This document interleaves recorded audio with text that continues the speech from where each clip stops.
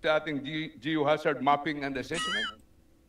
Tama po ba? Alam nyo, may kasabihan ni Edward A. Murphy Jr., American Aerospace Space Engineer sa California, ang sinabi, anything that can go wrong will go wrong. Dito na po tayo nagsisimula magkamali.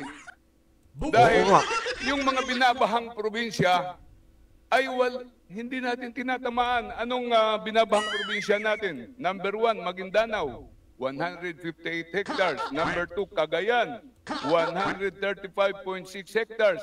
Number 3, Pangasinan. Number 4, Isabela. Number 5, Nueva Ecija. Number 6, Palawan. Number 7, Pampanga. Number 8, Agusan del Sur. Anong masasabi niyo mga kabunits? Zamboanga del Sur. Number 10, Gone wrong.